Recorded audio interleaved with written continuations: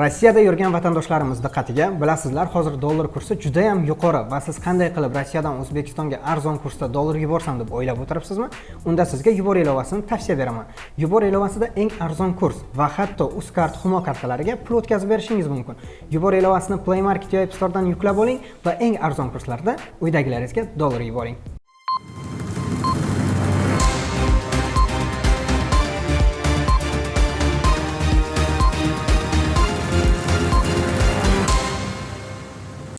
Zelenskiyning hokimiyatdan ketishi Ukrainaga qanday ta'sir qiladi?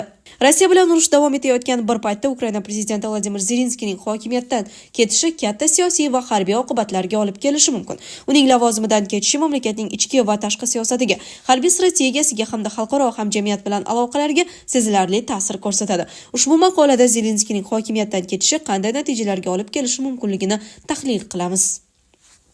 Ukraina prezidenti Vladimir Zelenskiy 2019-yilda katta ishonch bilan hokimiyatga kelgan edi. Unga xalq korrupsiyaga qarshi kurashuvchi va mamlakatni Yevropa tomon yetaklaydigan yangi lider sifatida umid bog'langandi. Biroq 2022-yilda boshlangan Rossiya-Ukraina urushi butun mamlakat taqdirini o'zgartirdi.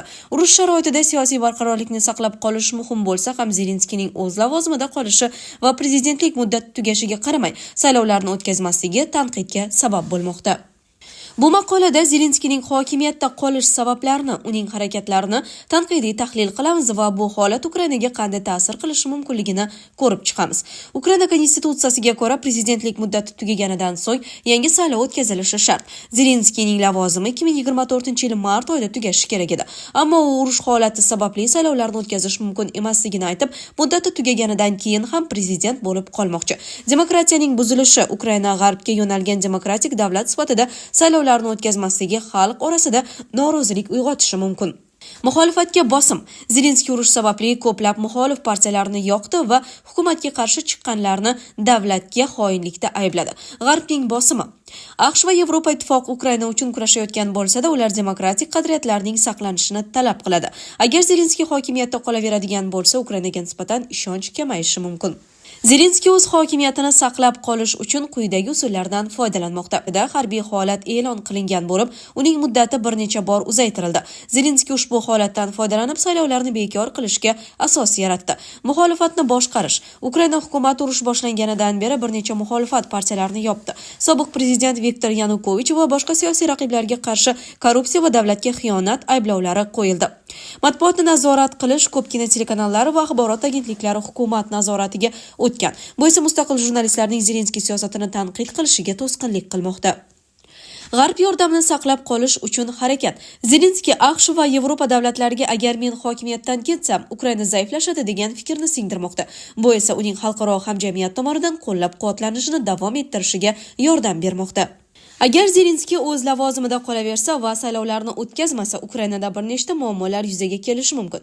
Ichki siyosiy inqiroz, Ukrainada demokratiyaning buzilishi, muxolifatga bosim va saylovlarning bekor qilinishi xalq orasida norozilikni oshiradi. Agar Zelenskiy hokimiyatda qonuniy ravishda qolmasa, g'arb davlatlari unga bo'lgan ishonchini yo'qotishi mumkin. Rossiya propagandasi allaqachon Zelenskiyni diktator deb atay boshlagan. Agar xalq orasida ishonchsizlik oshsa, bu Rossiyaning g'alabasiga yordam berishi mumkin. Zelenskiy hokimiyatda qolish uchun barcha imkoniyatlarni ishga solayotgan bo'lsa-da, u quyidagi sabablar tufayli lavozimidan ketishga majbur bo'lishi mumkin. Agar AQSh va Yevropa davlatlari Ukrainaga yordamni saylovlar o'tkazish sharti bilan bog'lasa, Zelenskiy majburiy ravishda ketishi mumkin.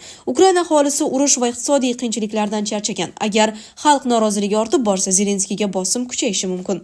Agar Rossiya urush maydonida katta muvaffaqiyatlarga erishsa va Ukraina hududlarini yo'qota boshlasa, Zelenskiyga qarshi tanqid kuchayadi. Zelenskiy hozircha urush holatini asos qilib ko'rsatib, saylovlarni o'tkazishdan bosh tortmoqda va prezidentlik muddatini davom ettirmoqchi. Biroq bu qaror demokratiyani buzib, Ukrainaga uzoq muddatli zarar yetkazishi mumkin.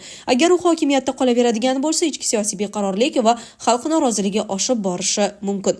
Ukraina urushning og'ir bosqichida turgan bo'lsa ham, demokratik qadriyatlarni saqlab qolish juda muhim.